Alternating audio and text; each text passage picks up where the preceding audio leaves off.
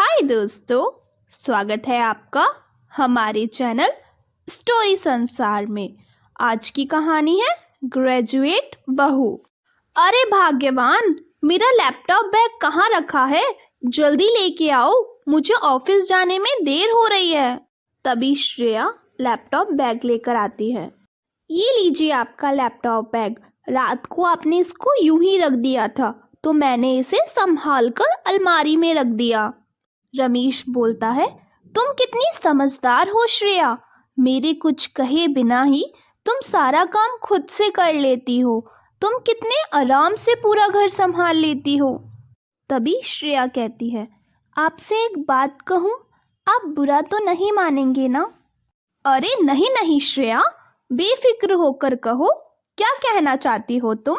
श्रेया कहती है, वो क्या है ना, शादी से पहले मैं अपने घर पे जॉब करती थी, तो मैं सोच रही हूँ मैं यहाँ भी जॉब शुरू कर लूँ। वैसे भी मैं घर के काम से जल्दी फ्री हो जाती हूँ। रमेश कहता है, देखो श्रेया, तुम्हारे काम करने से मुझे कोई ऐतराज नहीं है, लेकिन तुम्हें पता है हमारे खानदान में कभी किसी ने जॉब नहीं की। फिर भी तुम एक बार माँ से बात कर लो, अगर वो इजाजत दे देती हैं तो तुम जॉब कर लो। इतना कहकर रमेश अपने दफ्तर चला जाता है। उसी दिन शाम को श्रेया अपने सास के कमरे में जाती है और कहती है, मम्मी जी, आज रात के खाने में क्या बनाऊं? तभी श्रेया की सास कहती है, क्या बात है श्रेया, आज तो कुछ उदास उदास सी लग रही है। मैं भी तो जानूं तेरे मन में क्या चल रहा है। वो क्या है ना माँ जी। हाँ हाँ बहू, बोलो, इतना सोच क्या रही हो? वो माँ जी, अगर आप बुरा ना माने तो मैं नौकरी करना चाहती हूँ। घर के काम करने के बाद मेरे पास बहुत सारा समय बच जाता है। श्रेया की ये बात सुनकर उसकी सास को गुस्सा आ जाता है। अरे बहू, तेरी तबीयत तो ठीक है, आज ये तू कैसी बहकी बहकी बातें कर रही है? भला हमारे खानदान में कभी किसी औरत ने जॉब की है? जो तू नौकरी की बात कर रही है, तू क्या हमारे पूरे खानदान में हमारी नाक कटवाना चाहती है? जितना जल्दी हो सके अपने दिमाग से ये नौकरी का भूत निकाल दे और सोचना भी मत हम तुझे कभी नौकरी करने देंगे। जा अब रसोई में जा, रात का खाना बनाने का समय हो गया है। श्रेया बेचारी सास की बात सुनकर सहम सी जाती है और चुपचाप रसोई में खाना बनाने चली जाती है। अगले दिन सुबह दिवाकर आता है। अरे आओ आओ दिवाकर बेटा, मैं तुम्हारे लिए अभी चाय मंगवाती हूँ। बहू, जल्दी से एक कप चाय लेकर आना। फिर दिवाकर एक फाइल उर्मिला को देते हुए कहता है, ये लीजिए माँ जी, पिछले मंथ की हिसाब किताब की फाइल, और इस पर साइन कर दीजिए। अरे दिवाकर बेटा, मैंने आज तक कभी कंपनी का हिसाब किताब देखा है जो आज देखूंगी? तू बता, कहाँ दस्तखत करने हैं मुझे? तभी श्रेया वहां आ जाती है और अपनी सास को बिना कागजों को पढ़े साइन करते हुए देख हैरान रह जाती है। दिवाकर कहता है, चलो माँ जी, अब मैं चलता हूँ। ऐसे ही दिन गुजर जाते हैं। एक दिन श्रेया मार्केट में सामान खरीद रही होती है। तभी एक बूढ़ा आदमी उसे बुलाता है।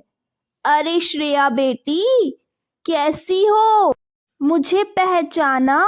मैं तुम्हारी ही कंपनी में काम करता हूँ। हाँ चाचा जी, बिल्कुल, मैंने आपको पहचान लिया। और बताएं, कैसे हैं आप? कैसा चल रहा है आपका काम? अरे बेटा, मैं तो ठीक हूँ, पर कंपनी में कुछ सही नहीं चल रहा। यहाँ तक कि हमें समय पर तनख्वाह भी नहीं मिलती। क्या चाचा जी, ये आप क्या कह रहे हैं? अरे क्या बताऊं बेटा, आप लोग तो हिसाब किताब चेक करने कभी दफ्तर आते नहीं हो।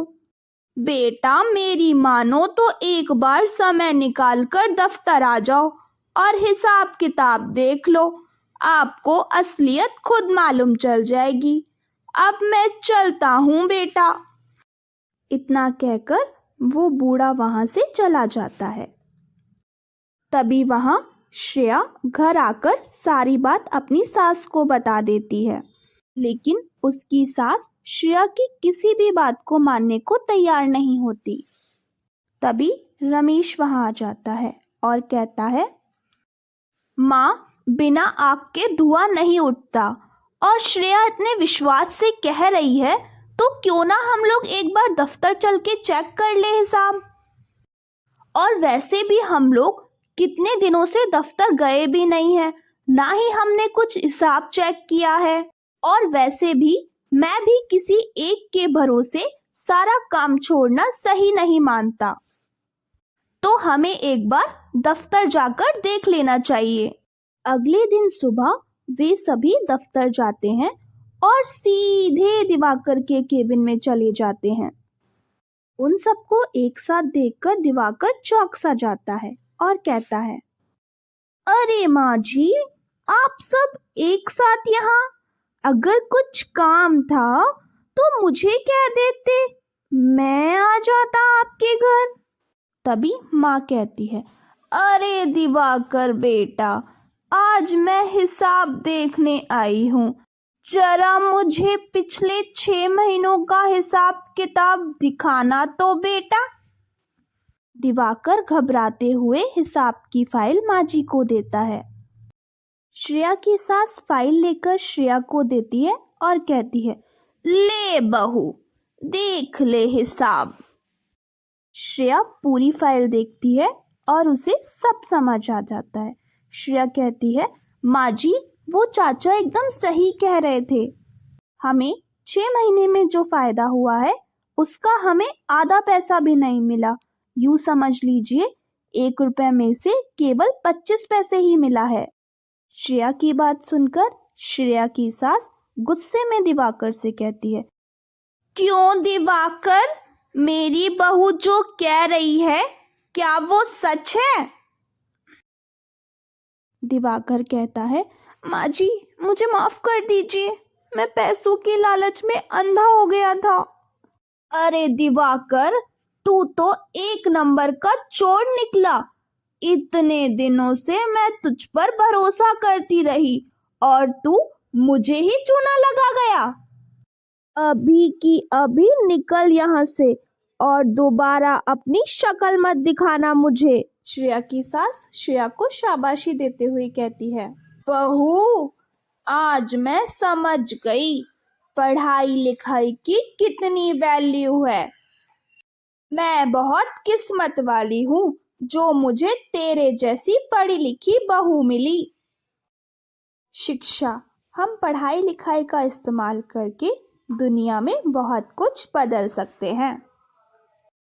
दोस्तों, आपको ये हमारी कहानी कैसी लगी हमें कमेंट में ज़रूर बताइएगा।